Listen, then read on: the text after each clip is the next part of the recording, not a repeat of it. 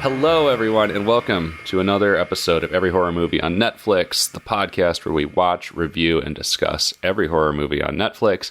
As usual, I'm Patrick, here with Steven. Hello, Patrick. Hello. And there's no Chris today. Where's no Chris, man. He's getting his eyes done. He is. He's reliving one of our favorite scenes from Final Destination 4. Was that the one with the LASIK gone wrong? I want to say it was 4. He sent me a selfie. He looked a little bit like the poster for the movie Starry Eyes. I've never seen that, but I'll trust that that's hilarious. Yeah, look it up. That's our Chris, but you know he's gonna have perfect 20/20 vision. Mm-hmm. Little late. It's 2021, but he's gonna see these Netflix movies in a whole new way. I think with these new eyes of his. I think and so. I'm a little jealous. He's gonna see all new themes that no one else does, and the Amon crew will no longer be exclusively bespectacled. We found a lot of like different horror movie parallels for this experience of his, whether it's Event Horizon we were talking about before we started recording today, Final Destination. And actually before he went in for the surgery the other day, we were talking about Saw. I told him they're going to find a key behind your eye because that happens in Saw 2. I don't know. Oh God. Well, anyways, Chris will be back next week. 2 weeks from now. But today we're here to talk about Pizza, the Indian horror film that we watched this week with our fully functioning, non-LASIK'd eyes. But before we dig into that, what have you been watching or consuming this week in the horror sphere that was not Pizza? A lot of stuff. I don't know what's been happening in my life, but I've been back to getting on my horror bullshit, as we like to say. Did I talk about the Suckling on the podcast before? I know we texted about it. I don't think so. Bit. Yeah, I know you texted me about it. I watched this with my friend Kyle. We love to have always loved to have bad movie nights, and this is one that Vinegar Syndrome released a couple years ago. I knew that there was a connection to Fangoria, and that the former editor-in-chief from like the 80s, early 90s era is actually in this movie as a guy who gets fucked up the butt with a dildo, and he's wearing one of those spinny hats, and it spins rapidly as he achieves orgasm, which is really amusing. This is like one of the most fucked up and twisted and hilarious movies I've ever seen in my life. It is about a woman who has an abortion and is trapped in the house that the abortion brothel house that this occurs in, and the abortion the baby, the fetus, winds up in the sewer. Chemicals drip on it and becomes a menacing nightmare. And I like the way that you upgraded. You went from the abortion to the baby to the fetus. I just don't know where I stand politically on this. I'm kidding. It's so fucked up, though, the form of this thing, that I really don't know how to talk about it. But it is like heavy. It gave me heavy John Waters energy. It is just like it is so nasty, so vile in the way it just. What's the phrase that Father Amort used? It thumbs its nose at the devil. Yeah, at the devil at the debate about a woman's right to choose, and it's fucking hilarious. If you can get on that wavelength and accept that this is just a nasty, malevolent film, it is really fucking fun. I highly advise our fans to check this out if they are fans of, the early John Waters before he got, kind of Hollywood.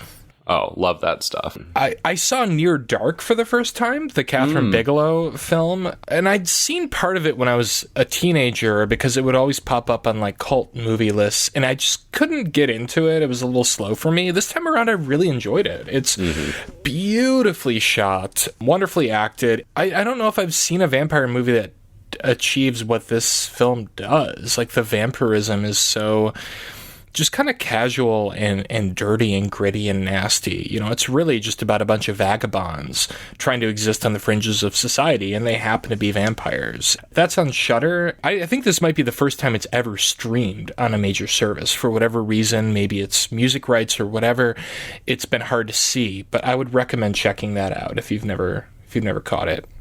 Yeah, I saw that on DVD, I'm pretty sure, a few years ago, because I think you're right, it is difficult to track that down. I don't think there is a blue release of that, and I really enjoyed it. Oh, I have one more thing. I finally saw Saint Maud. Oh, yes, yes. You know, much hyped, A24, didn't like it, actually laughed at it a lot. Thought it was kind of unintentionally funny. This is the closest I can get without actually spoiling it, but it has big A Dark Song energy in its conclusion, and it did not feel earned to me. I LOL'd.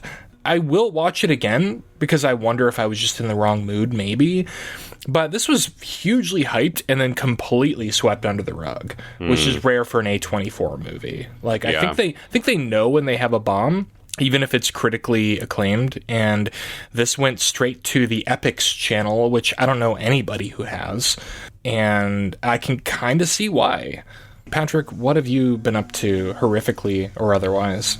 Well, I mean, of course, we should acknowledge that mutually, as a trio of podcast hosts, we all shared the horror of a 4th of July weekend in Put-in-Bay, Ohio, which is a little boater's destination near where we all live in Michigan. So we went on a little Amon trip. It was certainly, I mean, honestly, the longest sustained quality time we've ever spent together as a trio, I think. That's true. I didn't think about that. Wow. Yeah. I mean, we've all known each other for like 15 years, but it's rare, honestly, that the three of us specifically hang out other than to do this podcast. So we had a delightful time. We definitely saw some horrors in Put-in-Bay, though. Oh, some of us may or may not have seen a butler in a particular haunted mansion.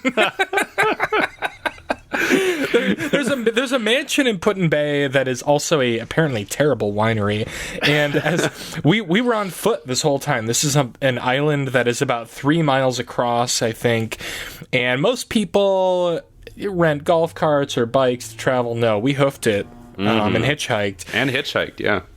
And at one point, we walked by this allegedly haunted mansion / winery, and Chris just very casually said that he thought he saw a butler in the window looking at us, and Patrick was shook. Oh, it was deployed in like the perfect way to actually unsettle me, because we were already on a dark street. No one else was around. We should say, to set the mood, there's no streetlights because of the mayflies. The mayflies are oppressive out on Lake Erie. Mayflies just blotting out the fucking sun, if there would have been one. We couldn't even tell if it was day or night while we were there, because there were so many fucking mayflies. And Chris, just in the most casual tone, was like, "You guys see that butler in the window?" And he stuck to the bit. He wouldn't confirm if he was lying or not. So there may very well have been a butler. Regardless, the butler is a new Amon Crew meme. So if y'all hear us making obnoxious jokes about that, that's why. Well, I'll add to that. I mean, we had a 1.5 mile walk back to the campsite in pitch blackness. Yes. And Chris referenced the butler again, maybe halfway into the journey, and Patrick, you just could not handle it. Yeah, it was the perfect amount of vagueness to just allow my brain to color in so many myriad details. But yeah, not as scary as the Trump 2024 flags that we saw while we were there. Oh, yeah. I mean, Put-in-Bay is a nightmare place. Don't ever go there. Yeah. Anyways, though, enough about our vacation. As far as horror things I've been consuming since last episode, not a ton, but I really enjoyed the new, long-awaited graphic novel from the masterful cartoonist Barry Windsor-Smith. It's a book called Monsters. It's about 350 pages. It's massive. And this has been in the works for, like, decades, right? Yeah. He originally conceived of it as a rather short, Incredible Hulk story for Marvel. And then Marvel was like, you can't say cocksucker, you can't include the themes you want to include in this book.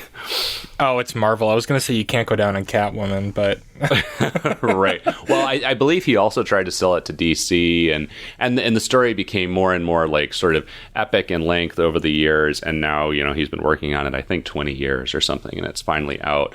But it's difficult to explain. It's this generation spanning tale of this young boy, essentially, who is recruited for the U.S. military, and because he has essentially no family, is inducted into this program to kind of do some human genetic engineering, super soldiery kind of stuff. Mm-hmm. He ends up turning into a horrific creation, and we kind of rewind a lot from there to dig into his past, his childhood, his mom, other people in the military who are involved in this whole conspiracy. We end up flashing all the way back to World War II and Nazi experimentation.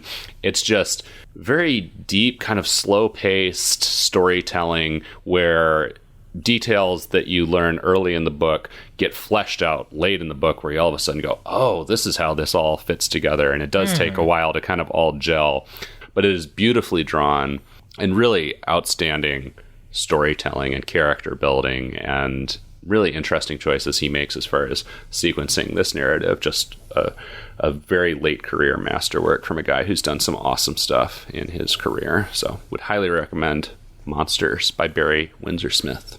Color me intrigued. I had read about it maybe a month or so ago and requested it from the library, so I'm hoping to dig into that soon. Just before we get into serving up some hot pie here, I do want to add that I followed your recommendation to read The Diving Pool. Oh, yeah. By Yoko Ogawa. I've only read the titular story. I read it last night.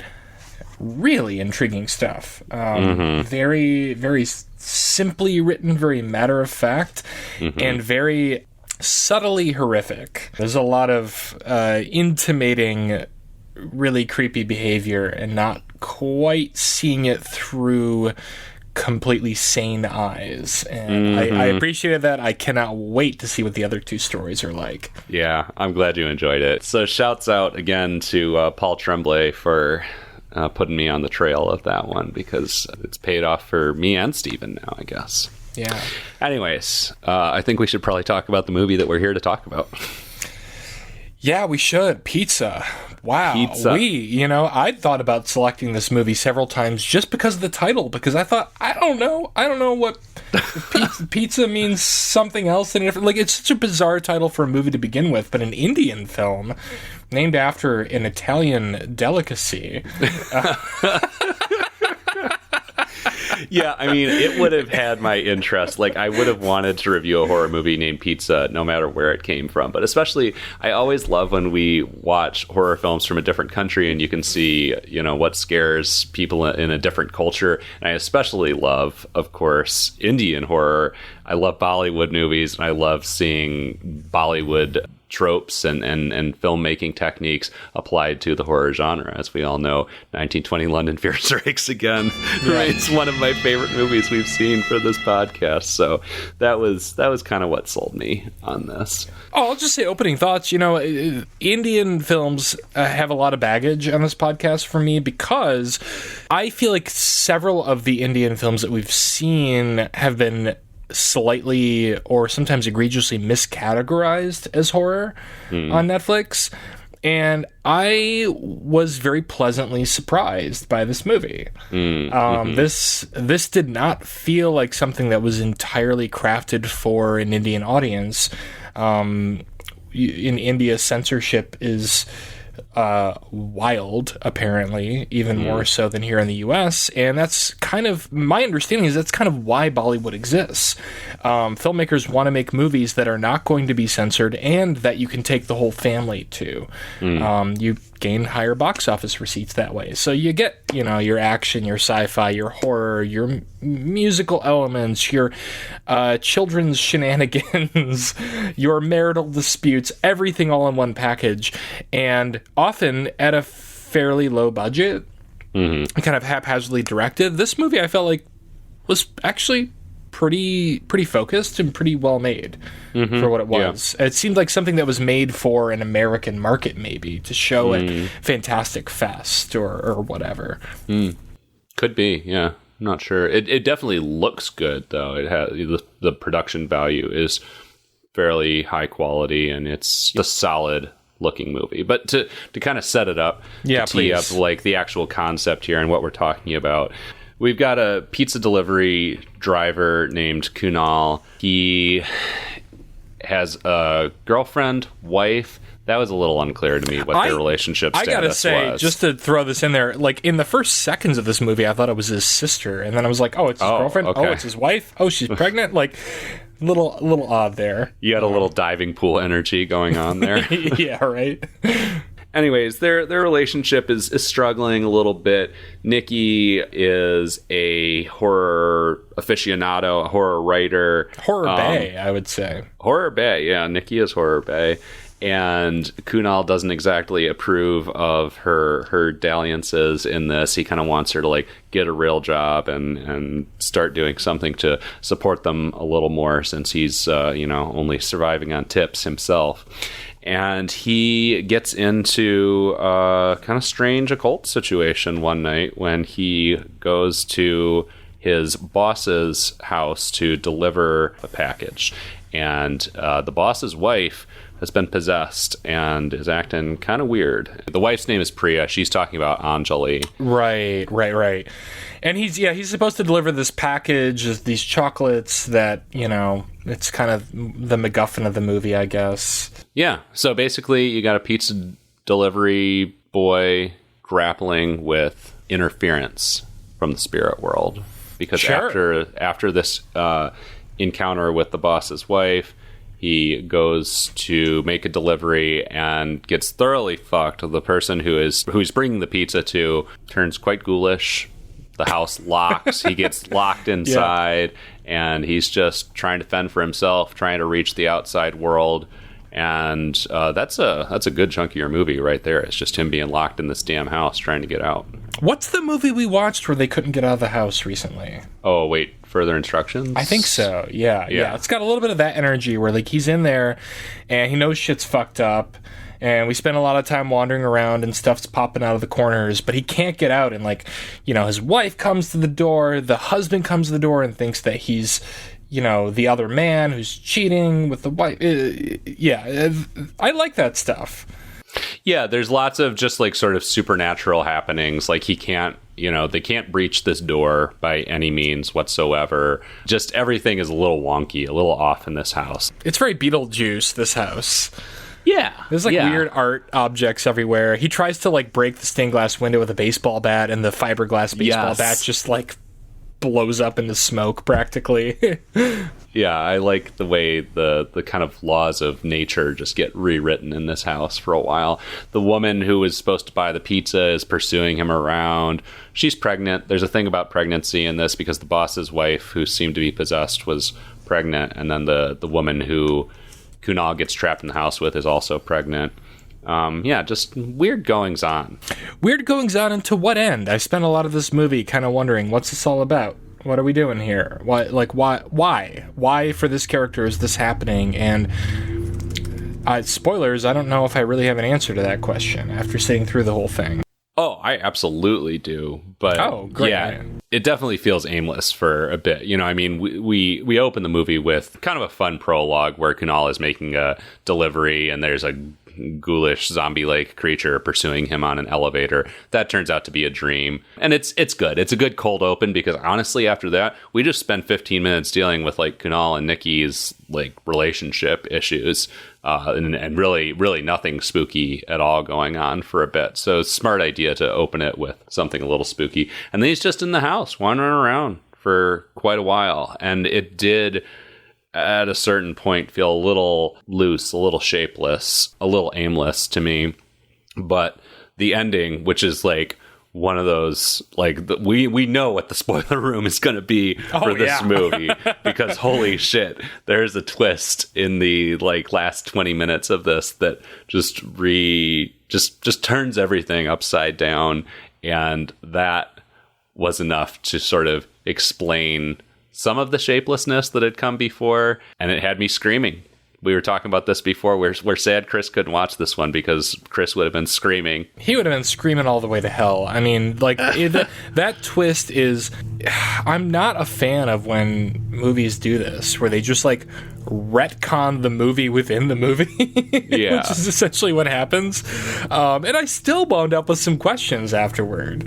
Yeah. So I don't think it was entirely successful in that stunt as it happened. But I thought this was a pretty entertaining movie. Clearly pretty low budget, but it had some style. It had some panache. Mm-hmm. It had a look. The actors were pretty great. I mean, one thing, I feel like I'm reviewing it already, but what I wanted throughout this whole movie was a little bit more. I wanted this to be more of a comedy. And I'm not saying I wanted it to be like a Zucker Brothers movie or something, but I wanted it like a little bit, I wanted some comedic touches because it felt a little bit too somber for how ridiculous the premise is. Did you feel that at any point? Not necessarily. I felt there were some light comic touches, and they were about enough for me. I don't know. You and Chris often seem to want more comedy in these movies, and that's not an instinct that I feel very often, I guess. Or at least not as often as you guys do. But speaking of very funny things, how did you feel about the opening title sequence? Oh, my God. I have so many notes. I should mention, we talked about this, but I've been pretty out of it over the past, 24 hours during which I watched this movie, and the first, 20 minutes is like a fever dream to me, but I feel like that's how I felt in the moment. Yeah. It's animated. I was going to ask Chris, which Grand Theft Auto game does this most resemble? Yeah, it's just this wild computer animated opening sequence of his little scooter zipping around town delivering pizzas. It has a very actiony, James Bond kind of feel to it. He's driving his little scooter down a flight of stairs, and there's this insane song behind it that's, I think, mostly in English, if I remember correctly. And the song is all about pizza. I feel like the song was written for the movie. Had to be.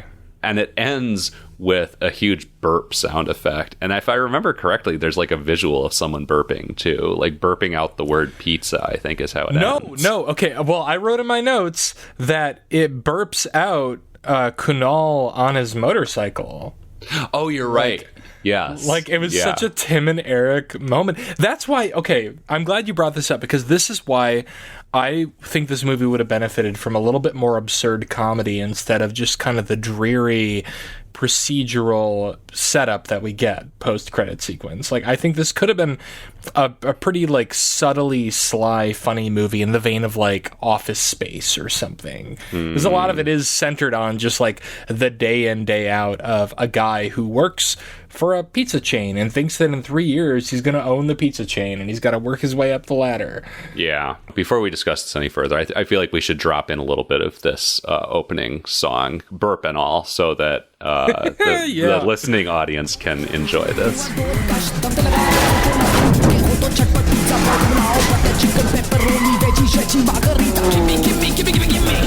Give me pizza!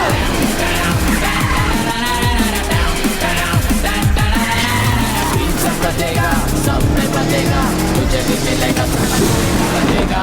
Pizza बजेगा, सब में बजेगा, तुझे भी मिलेगा साला कोई ना बजेगा। Pizza is your right. All right, hope you enjoyed that flatulent moment first. Does flatulence apply to burping as well, or is it just about farting? That's a great question. I'm glad that I have two computers in front of me so I can look this up. Let's look up the definition of flatulence. Chris is going to be so pissed at us. He leaves for one episode and we spend 5 minutes just discussing whether burping is included under the umbrella of flatulence. Whether burping and farting are effectively the same thing. Flatulence is the accumulation of gas in the alimentary canal. Oh. What is the alimentary canal? I assume it's the colon. It's gotta be, yeah. So flatulence has to be exclusively farting. But I feel like burping should be included. Hold on, though. The alimentary canal is the whole passage along which food passes through the body from mouth to anus. It includes the esophagus, stomach, and intestines. So flatulence could very well be burping. All right. I'm so glad we cleared that up.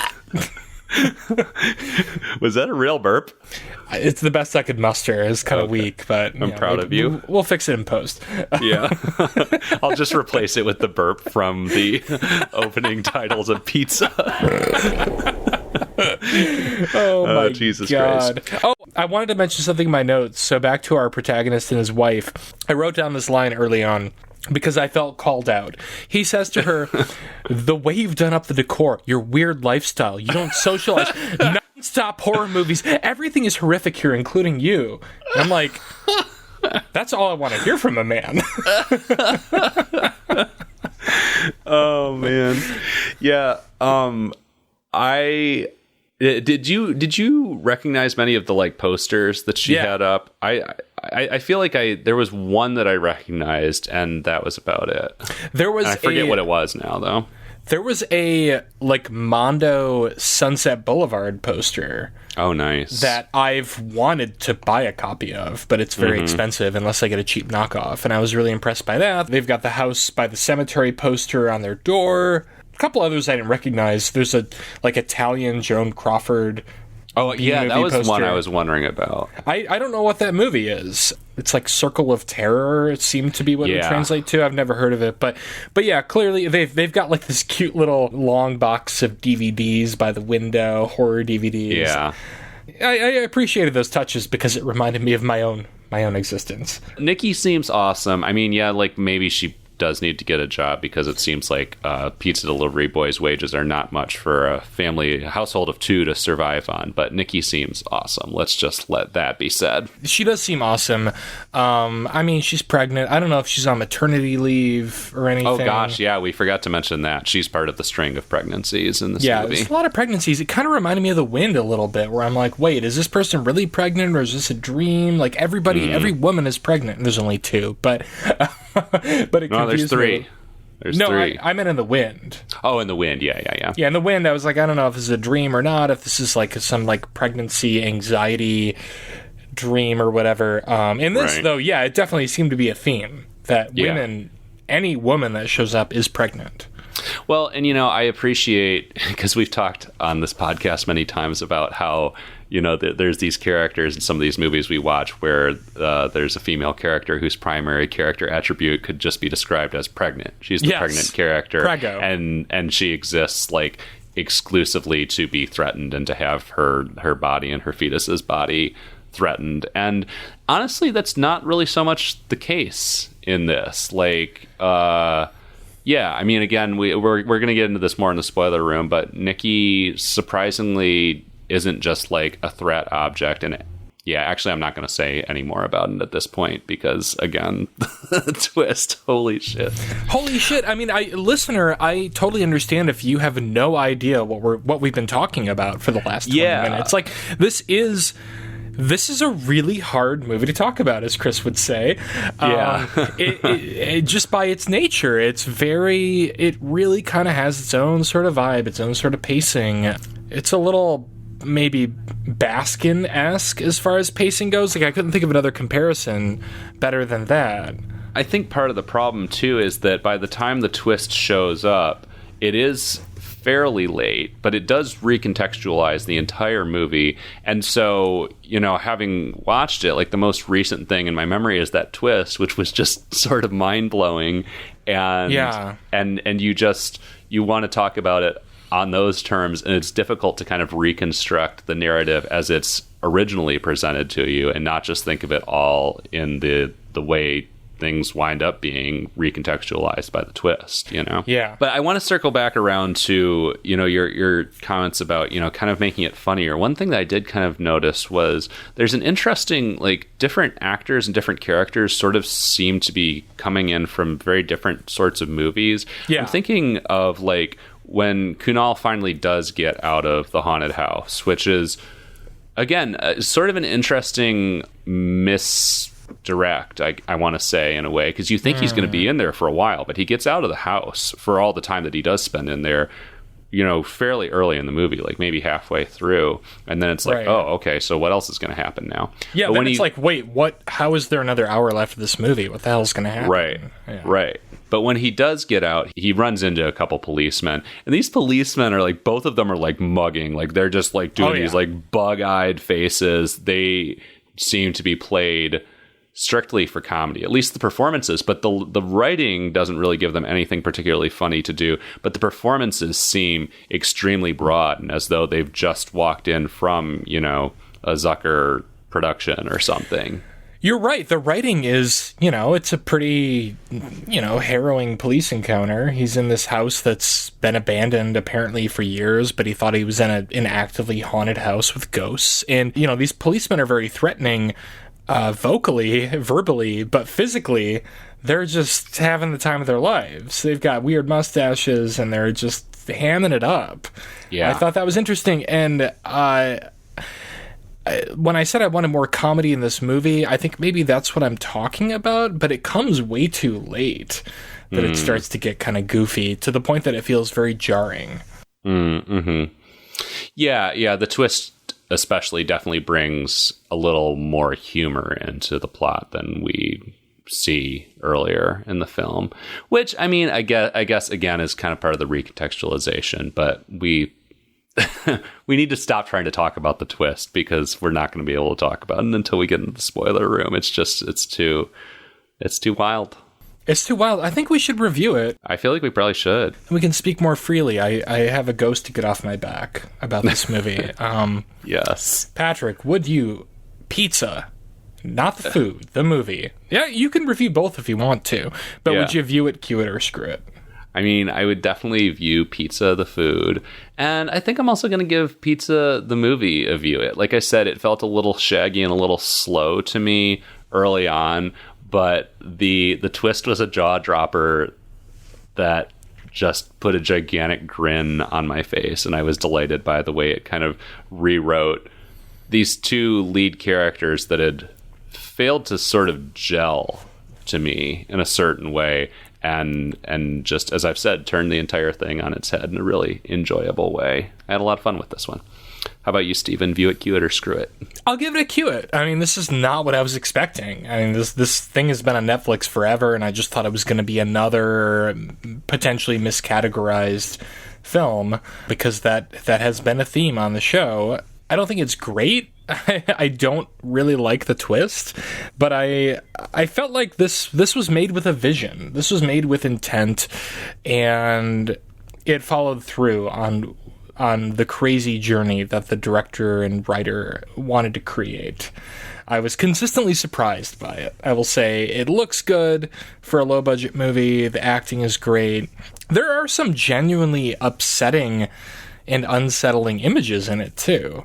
In the sort of haunted house sequence, there were moments where I was like, okay, I see what you're doing, movie. That's pretty scary. It's pretty scary. And you're withholding a little bit, and I appreciate that. In the end, it's a little bit too convoluted for me, but you might feel differently. So cue it.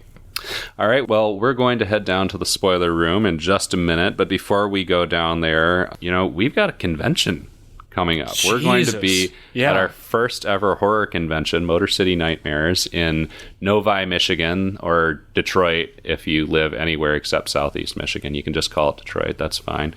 And if you want to come see us, hang out with us. If you want to be that sicko who comes from across the country to do, I don't know, what are we even going to be doing there? We're just going to be sitting there talking to people, handing out stickers, hopefully spreading the good word about Amon.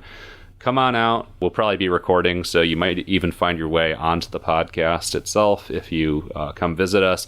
That's going to be July 30th to August 1st, right at the end of this month of July. We're very excited about it, and we would love to see people we know there.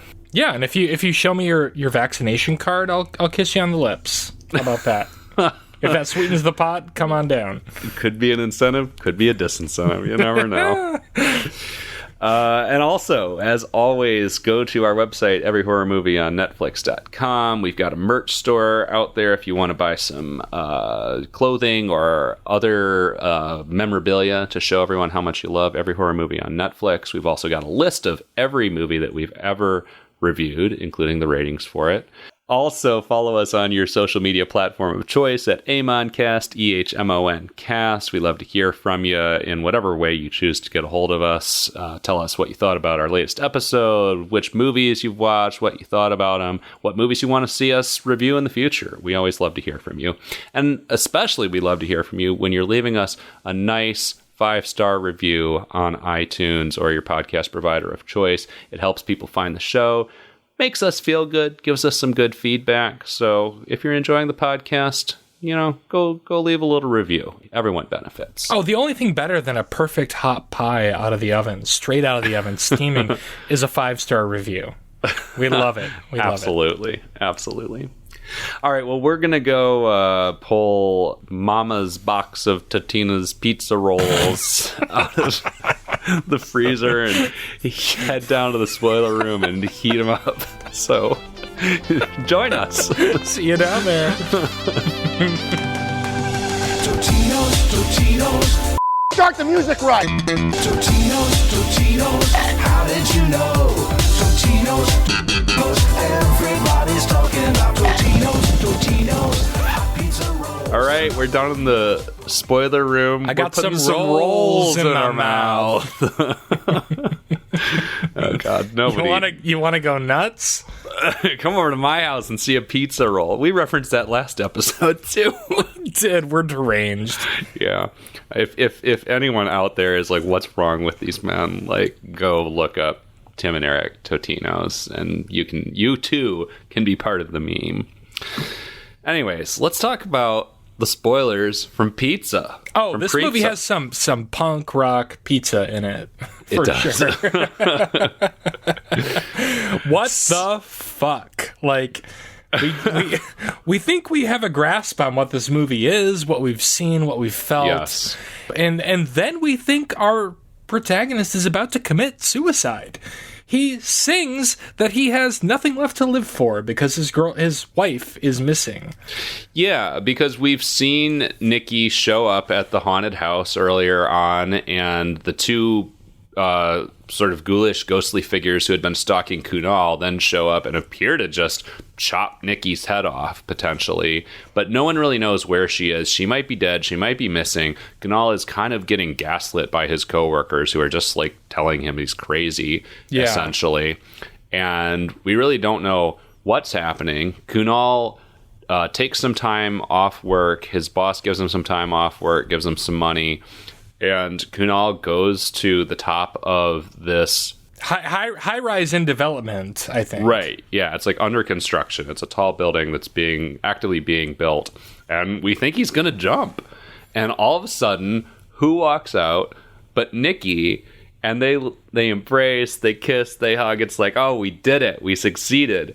And you're like, what? And all of a sudden, the film rewinds. We see the movie rewind back to like, I want to say the halfway point, if not like the 1/3 mark. Like, it goes way sooner back. Than halfway. It goes way further back than I was expecting. That bit draws out for sure. Yeah. And shit. All right, let me think about this. What is the inciting incident here? I don't know. I mean, okay, so there are uncut diamonds. There are diamonds, yeah. That the pizza boss has put into a package of chocolates to deliver to his wife, who is possessed. Very casually, as I've said before. We just know that the boss's wife is like fucking insane and like carving through the floor with a pentagram drawn on the floor in front of her. But talking about somebody named Anjali all the time. Yeah. So the pizza guy is supposed to deliver this package, but his wife wants him home. She calls his cell phone, and he's like, "I'm still at work. I'm on overtime." And then he's like, call the pizza hotline and we can pretend it's a delivery. Mm-hmm. And she calls and he asks what she wants and she says, "A pizza boy, smoking hot." So that was cute. It was really cute. And then, so instead of delivering the chocolates, he goes home to his wife. She sees the chocolates, which, by the way, I should say, if you shouldn't put a box of chocolates in a smoking hot pizza bag. Oh, yeah, those would have been melted as fuck. So she takes the pizza out, then she finds the box. She opens the box of chocolates and finds this little pouch of uncut diamonds. Which, I mean, is such an interesting plot point in and of itself that, like, the pizza parlor owner, just to clarify, because I feel like we have not driven this home enough, but the pizza parlor owner is somehow involved in like the diamond black market and is running diamonds, and he's having his delivery boy like basically be his diamond mule unbeknownst to Kunal. Like, he's supposed to deliver Right. these diamonds to the boss's home, and he doesn't know that he's delivering diamonds until Nikki just starts nosing around in stuff that is not her business and happens to find that her husband is carrying a bag of diamonds. So God, again, this movie, for various reasons, feels like a fever dream to me. I think part of it is the construction of the movie and the reveal of this twist. But they come up with this plot. She's been like tracking this murder plot / ghost story in the town. There's a house where like a man has murdered his wife, his pregnant wife, and he decides that he's gonna. God, I feel crazy even saying this, but he I don't know if I'm right or wrong, but it seemed to me like he decided, oh, I'm going to pretend I have to deliver a pizza to this haunted house. Am I on point so far? Yes. I'm going to pretend I have to deliver a pizza to this haunted house. I'm going to pretend that I got haunted out of, like, the diamonds were stolen from me by this ghost. Mm-hmm. Right? Yeah. Okay. Yep. Okay. Yeah. I literally I just finished this like 10 minutes before we started recording, and I'm still unpacking it. But like, what an insane plan, because we don't learn that she's been tracking this local story until the twist comes up, and she's got the fucking push pins and red string and stuff on a bulletin board. It's wild. Yeah, they use the existing murder and the existing haunted house as sort of a cover to hang on to the diamonds and to explain why Kunal no longer has the diamonds. And so essentially the entire haunted house escapade that we saw earlier in the movie is complete fiction dreamt up by Nikki to throw the pizza parlor owner off the scent of the diamonds so that Kunal and Nikki can hold on to the diamonds. So it's kind of this fun way to bring Nikki's penchant for horror and for writing horror stories back into the plot and make her, really the architect of her and Kunal kind of pulling off this heist and getting one over on the man in the form of the pizza parlor owner. I'm glad you said heist, because on our Put in Bay trip, we were talking about our favorite heist movies, and it didn't occur to me until you said that this is technically a heist movie, but it's just one of the most bizarre and convoluted, and I wouldn't even say it's satisfactory, because we spend so much of the movie thinking that what we're seeing is real and that the ghosts are real. We're trying to figure out the mystery of like who these people are, why are they ghosts, what is happening, why can't he get out of the house? And then it turns out that none of that ever happened. No. And I don't really know where that perspective is supposed to come from. Like, whose story is that? The story of our protagonist being stuck in that house. Who's telling that story? I feel like it's Nikki's story. Like, Nikki comes up with this narrative. Yeah. And Kunal is the one who ends up telling it to his boss and coworkers. So, I guess you could look at it as either of their stories, really. But yeah, it's, it's narrative sleight of hand that is not entirely honest, but I still found it extremely fun in I did too. In an outrageous way, It is very dishonest and misdirecting, but yeah, I did find it to be fun. Especially when, I mentioned it before, but we get a musical number on the roof of this high-rise construction, and he's singing about, he's going to jump off. And then Nikki shows up behind him, and he's like, where were you? And she says, well, it takes a long time to come back to the natural world if you're a ghost. Or something cute like that. Yeah. Like, I love their romance, but this just felt too convoluted for me, just too twisty. What I really loved was before the twist is revealed, we see the pizza parlor owner and a couple of his employees / goons go to the haunted house to try and retrieve the diamonds, which you don't know at that point that's what they're going there for. But the ghosts thoroughly have their way with the pizza parlor owner. Like this Anjali, that is the name that the pizza parlor owner's wife keeps saying, shows up on the walls of the house. It's like, hello, Papa, and Anjali is written all over. And they actually see the ghost of the woman who died in the house. They're thoroughly spooked. They're like, we're getting the fuck out of here. And later we see that actually all did happen, but it was staged. Nikki went in there, wrote Anjali and Hello Papa and stuff on the walls, made herself up to look like a ghost, and she is the ghost of the pregnant woman that they see there, except they don't realize it's Nikki because they're all too scared in the moment. That I found quite delightful, just that seeing was really her cute. kind It was of really like cute because she's in her impishly element. prepare the scene, you know? Yeah, she's in her element. She's like, I'm creating my own kind of horror scenario here, and I get to be the ghost. Like, she's very into it, and she's into, making the house look spooky as fuck. I thought that was adorable. I think kind of what I liked most about this twist was that it sort of reclaimed these two protagonists who, to me, had felt a little dull and a little tiresome up to that point. I was like, oh god, this Kunal, like everybody's just walking all over this dude. Yeah. Poor Nikki, she's pregnant, she just wants to write horror stories, but like Kunal's kind of being shitty to her about that a lot of the time. But the twist kind of redeems both of them to be smarter and more thoughtful people than we had thought, and to actually have been the architects of this entire like narrative all along. And that I found really delightful. Plus the like sort of Robin Hood-esque like anti-capitalist fantasy of them, pulling the wool over the eyes of this of the pizza parlor owner. I really enjoyed the twist for those reasons. I did too, but I still had some questions about like, I mean, there's no upward mobility in pizza work. I think we can. This was a very like Brazil-esque pizza place where like the owner has an office upstairs, the window overlooking the floor. Yes. And like this guy actually believes that he can like in 3 years he can climb the rungs of the ladder and become the owner at some point. It just that all seemed very silly to me. Again, why I wanted a little bit more comedy in this, or satire at least. Yeah. But I will say that the twist did satisfy all the problems I had with our protagonist and his pregnant wife. Yeah. I found them very lovable by the end, despite being frustrated by them for 75% of the movie.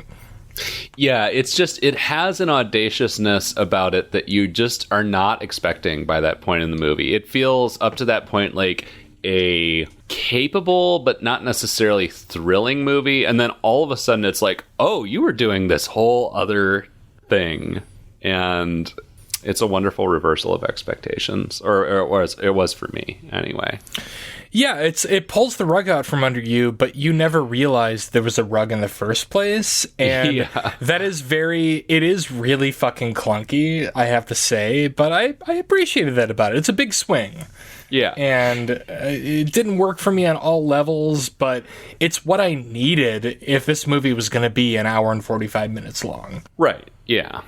And I mean, the wild thing about it is that, like, I feel like we struggled a little bit to describe the plot pre-spoiler room, and I still feel like there's so many, like, insane little nuances of this that we're missing entirely. There's a whole thing about, like, because they lock onto this plot in the first place because they realize the boss is very worried about his wife's condition, and they're essentially taking advantage of his concern about what's going on with his wife and sort of building this whole fantasy story around whatever the hell is going on with her possession and her pregnancy that he's very worried about.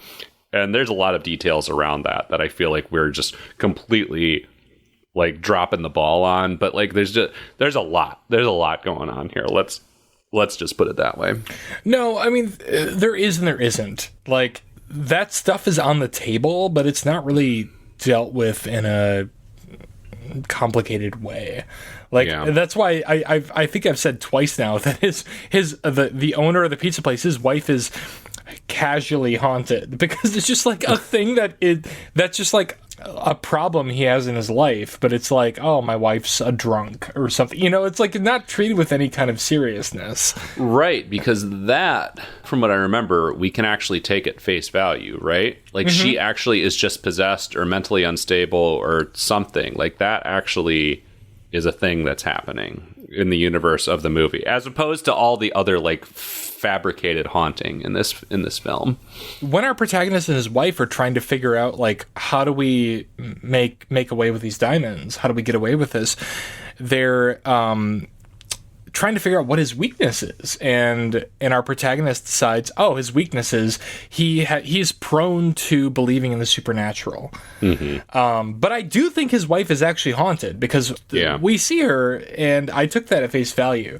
But they're definitely exploiting him on that basis. Oh yeah, for sure. Yeah, and exploiting his love for his wife and his concern for his unborn child. Yeah, but I don't think there's anything deeper going on there. I think she's just straight up, she's possessed, and that's it. And they're like, okay, well that's our opening. Like let's appeal to his fears, and we can probably do this. We can get away with it. Which is also kind of wild. Like, if you place this in the canon of like possession films, what other possession film is there not only no concern for resolving the central possession that like incites all this action, but on top of all that, not only are we unconcerned really about resolving that issue, but the possession is just a source of exploitation. It's like, oh, you're fucked up because your wife is possessed? Sweet, we're gonna steal your diamonds. Exactly, and I love that concept. Me too. That brings me so much joy, and I wanted this to be a better movie. I mean, I did give it a Q-it. But like that's gotta be mined again in some other film in a more fleshed out way. I thought that was hilarious. Yeah. Pizza. What a ride. What a ride. Do we have any other thoughts on Pizza before we close the box?